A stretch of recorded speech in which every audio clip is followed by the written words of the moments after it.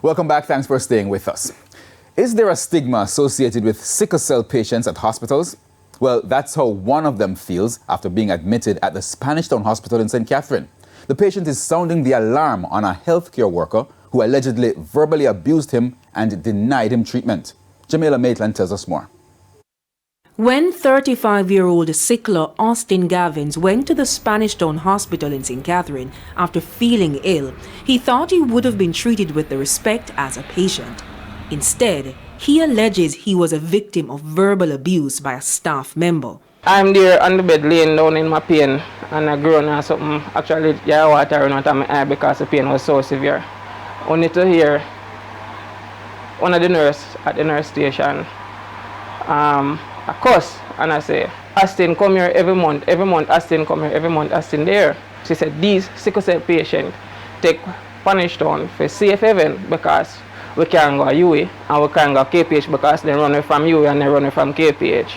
Gavins, who was admitted for more than a week, says the ordeal was even more hurtful coming from a healthcare worker.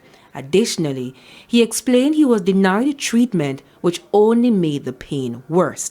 1.5 hours passed, still not getting medication. I was still there, I groaning at the pain and tears are running out of my eyes. But me laying there and me hear what she say. It coming like me not even know to explain how I feel. Hearing her saying all that kind of stuff, knowing for a fact that I never buy sickle cell, I never beg for sickle cell, and God knows if I had one wish in this life, it would be to be free from sickle cell disease.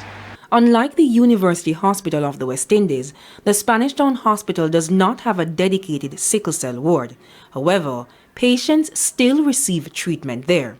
As it relates to the sickle cell patients occupying bed space, our news team could not verify this. Mr. Gavin says he's written to the hospital's administration about the issue. She must be reprimanded.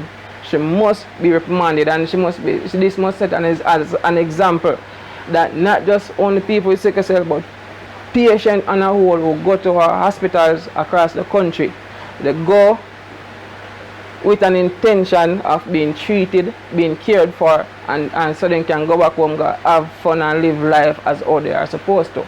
TVJ News reached out to CEO Jacqueline Ellis about the issue. She confirmed that a formal complaint was received and an investigation will begin into the matter. But that's not all. The patient turned victim is calling out the other healthcare workers who looked on as the alleged abuse continued. To the other healthcare workers to know, say, they should have stepped in and say, well, no, even though you're co-worker and me know, say, nurses look out for nurses and doctors look out for doctors and police look out for police, teachers look out for teachers. You draw one side and you say, you want to no, say you can't say that. Jamaica Maitland, TVJ News.